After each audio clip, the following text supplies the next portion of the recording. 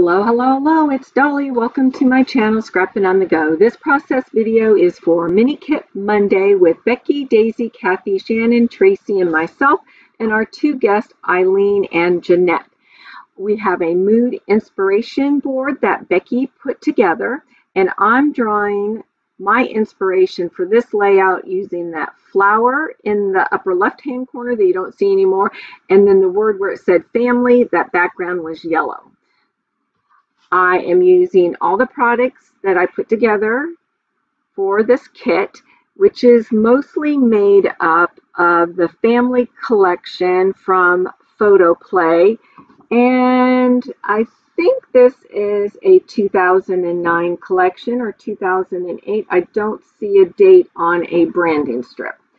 So I'm going to take this double-sided paper. I'm going to use both the yellow and the checkerboard side, but I also want to save a strip of that pre-printed flower that's so pretty.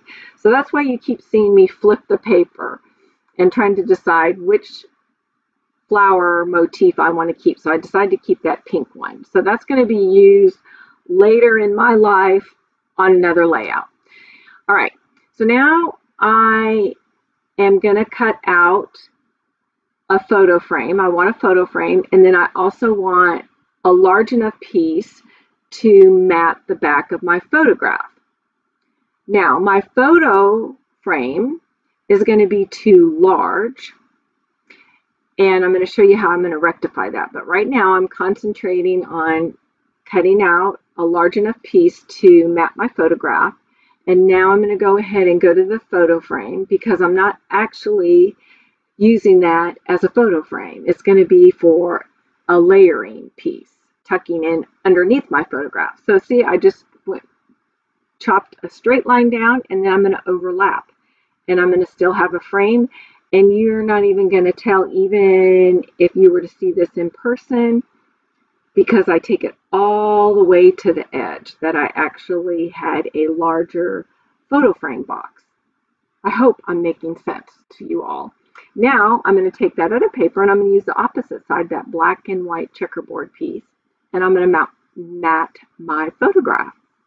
So see, in that one piece of paper, I was able to have enough paper to create a photo mat, create a photo frame, and I'm going to have a I think it's 3 by 12 strip of paper, maybe I think it's going to be 4 by 12 to use at a later date.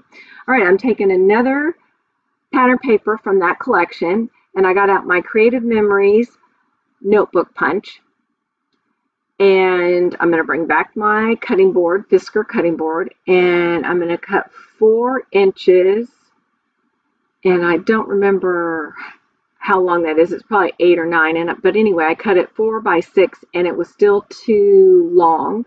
So I'm going to cut it down to 5. So that's 4 by 5. And then I took that under the photograph. When I purchased this Photo Play collection, it came with a sticker sheet, 12 by 12, and a pack of these die cuts, which 1/3 was of frames, another third of icon phrases, and then you had fishtail banners, and you had plain banners with words on it, and then you had banners that were just made of pattern paper, and then there was a tag in there.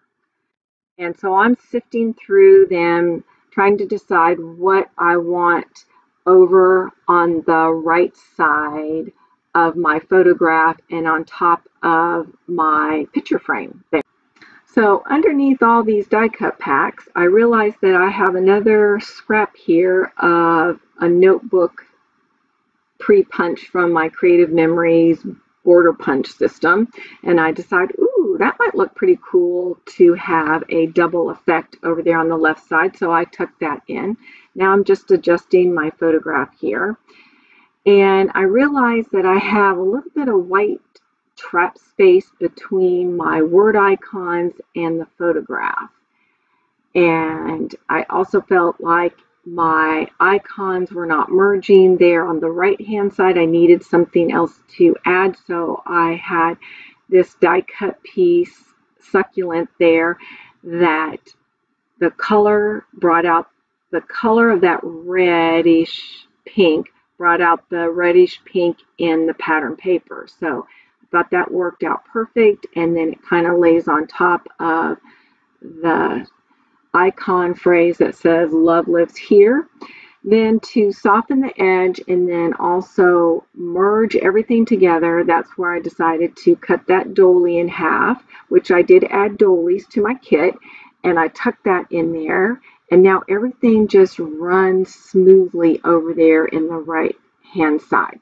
Now I'm going to work in the upper left hand corner to do a cluster, and again on my desk I had this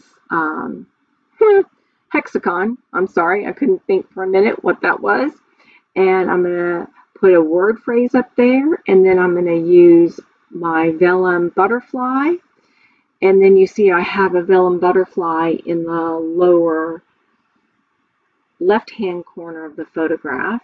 That ties that all in, and then I think I bring in a third butterfly as well. I'm going to ink my little fish banner word phrase, and that came off the sticker sheet that came with this collection. So I add that there, and now I'm going to trim off the excess from the top left hand corner. And now I get out my Heidi Swap Color Shine in Gold, and I'm going to make a few large splatters. You're not going to see them at first, but when I bring in my when I bring in my paper towel to soak some of it up, because it's wet, you kind of see them a little bit, but now you're really going to see it pop. Because I'm taking the moisture, dolly. I'm taking out the liquid and leaving the gold there. And it just adds that perfect touch there. And this is where I decide to bring in another vellum butterfly. And then my layout's complete.